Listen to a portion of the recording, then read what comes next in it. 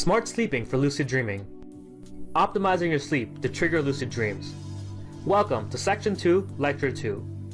In this video, I will discuss tips and tricks to improving your sleep that will increase your mental clarity before sleep. This in turn will lead to a lot more lucid dreams. Tenzin Rinpoche is a Buddhist teacher and accomplished lucid dreamer. He is also the author of the book Tibetan Yogas of Dream and Sleep. He is quoted as saying, "The average person, not knowing the principles of meditation, carries the stress, emotions, thoughts, and confusions of the day into the night." That's why it's so important to create mental clarity before bed. In the process of learning lucid dreaming, it is helpful to optimize your sleep to ensure your mind is clear and alert. Daily stresses make it much harder for you to become lucid, because if you carry all your worries and stresses to sleep, you will be swamped by your day-to-day concerns and not have the awareness to realize when you're dreaming. Therefore, you gotta learn to quiet your restless mind. But the question is, how do we go about doing that? Well, here are some tips to help calm you down before going to bed. Number 1. Avoid screens, including laptops, TVs, and cell phones, about 1 to 2 hours before bed. The blue light from these devices signals to your brain that it is still daytime and actually suppresses the production of melatonin. That's a hormone that helps you fall asleep. Secondly, make sure to sleep in a dark environment.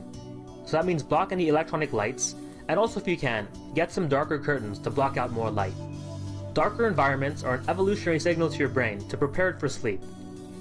Also, make sure to avoid meals about 2 to 3 hours before sleep. Digestion requires a lot of energy from our body. The best posture is on your back or on your side. Sleeping on your stomach puts a lot of pressure on your vital organs. Make sure you have your last coffee about 8 hours before you go to sleep. Caffeine has a half-life about 5 to 8 hours. And lastly, avoid alcohol and marijuana before sleep. Both suppress REM sleep and make it much harder to remember your dreams. As I was doing research for this course, I noticed a very strange correlation between lucid dreaming and marijuana.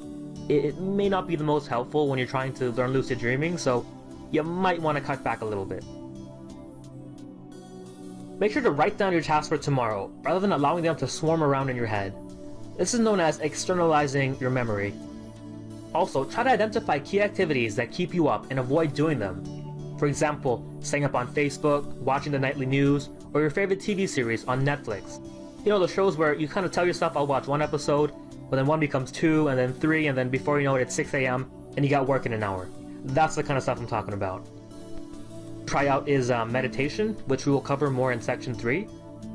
What I usually like to do also is take a hot shower about 60 to 90 minutes before bed. It's very relaxing and it helps you fall asleep a lot easier. Even though REM is the most important stage of sleep for lucid dreaming, we still need a balanced night's sleep to feel energized and alert. Never sacrifice good sleep for lucid dreaming. Not only is this ineffective, but it'll actually demotivate you from continuing to master lucid dreaming. And that concludes our session on improving your sleep. The key takeaway of this video is that having a clear and alert mind before going to sleep will increase the chances of having a lucid dream.